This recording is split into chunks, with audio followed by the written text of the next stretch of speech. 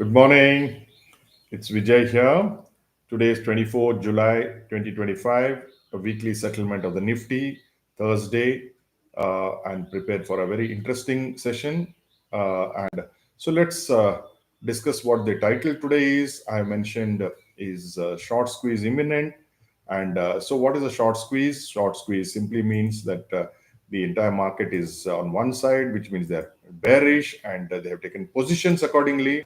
And then the bulls have been accumulating, and then it crosses over what you say the important moving averages, and then bears begin to cover because the news is not as bad as it seems. So yesterday I had mentioned in the morning, prepare for the bull. It looked very difficult to even imagine that you will get a bullish day yesterday, when you had nearly about 3 weeks of down weeks. FIs were selling. The mood was poor, and we wondered where one could wonder where it is, where the bullish trend is coming. But we saw what happened yesterday. So from the beginning of the day, the bulls kept on buying, and it closed. The Nifty closed almost at the highs of the day. I've just drawn two charts here. I'll just show you this. This is a trend line, the blue trend line. It broke the trend line some time ago, so people became negative here. And more important than that trend line starts from April 7th to where it was about 2 weeks ago. But then it broke and everybody became bearish. Now there's another trend line which is somewhere in end April to, if you keep drawing, then you see that it has actually bounced back from the trend line. So if you look, the bears will look at this trend line, the bulls will look at the black trend line. So let us look at a little bit deeper and see some other way of evaluating it. This is the 20 EMA. 20 EMA is very strong support for the Nifty right from the time when it has bounced back about 3-4 months ago. It has only gone up subsequently, and the 20 EMA has followed. Now, generally, what happens is when the 20 EMA, when the prices are far away from 20 EMA, generally it comes to touch the 20 EMA, which it did here. It tried to touch, but the market was strong, and then it went up. Then it was in sideways mode. Because it's in sideways mode, the 20 EMA will be moving faster because it had this rally here. So it now took support there. For one day it fell down, so people became bearish. Then the next day it went up. Then people didn't know what to do. The following day, that was day for yesterday, it fell down. And then they said now it will break the 20 EMA conclusively.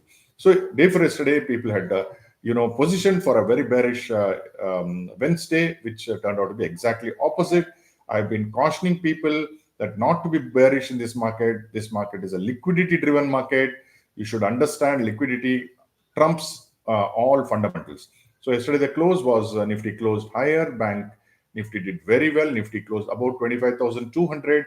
Just 3 days ago, people were talking about 25,000 having broken. So Nifty should go to 24,100 and 24,200. We were confident that we are going to only see higher numbers. Sensex rose for 550 points. Nifty Bank went for 450. No, it actually goes up 454 points. HDFC and ICICI Bank for the 2 days in consecutive days, 3 days actually, they have been doing very well. And approximately 40 stocks of Nifty closed in the green, and Tata Motors, Shriram Finance, and Bharti were the top gainers. This happened despite FIs continuing to sell 4,200, which is big number yesterday.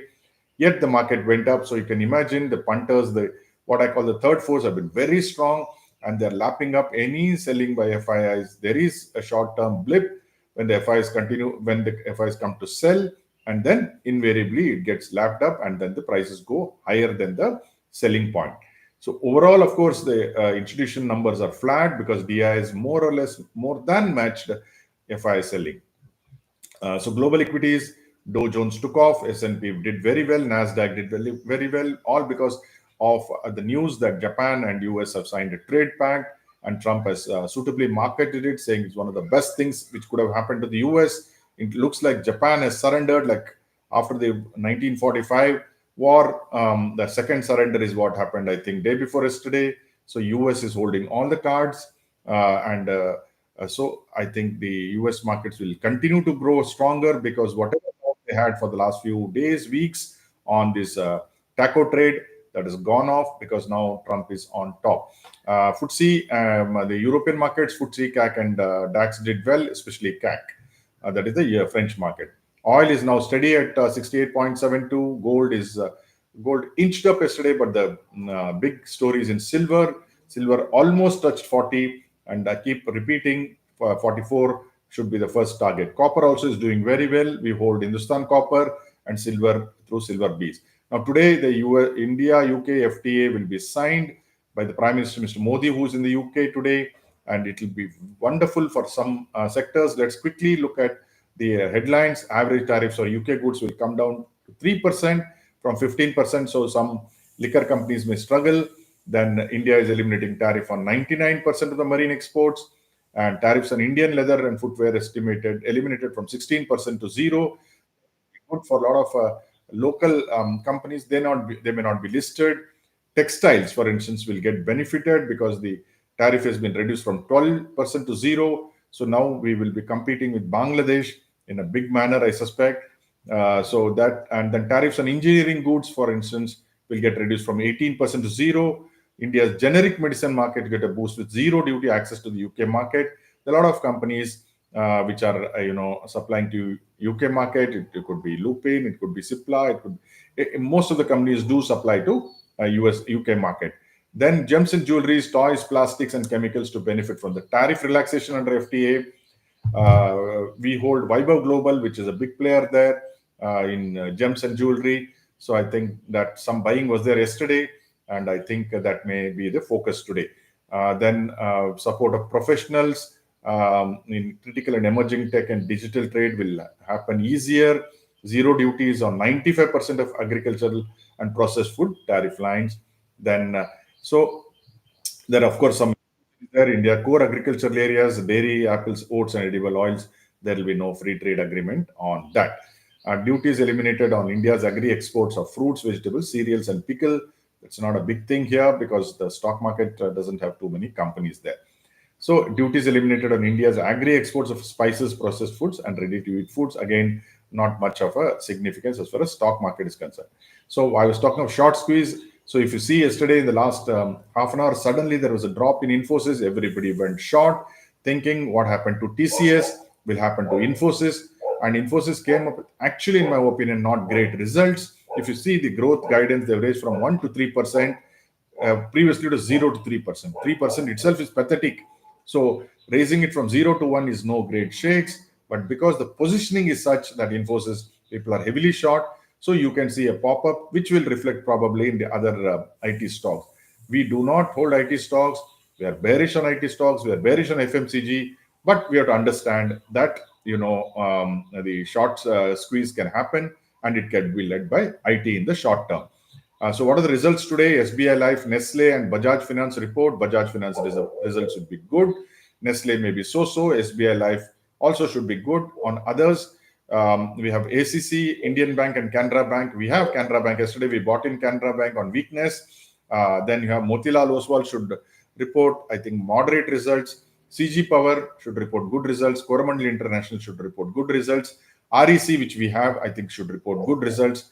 Then Ujjivan, SFB will be very tricky way. Emphasis may not be great, but then if there is a short squeeze, Emphasis also will benefit. Cyient also is one same category. There could be a lot of short positions in that. So what are the stocks to watch today? Based on yesterday's results, Infosys could be, as I said, looking for a pop. IndusInd Bank has got a board okay for 30,000 crore fundraising.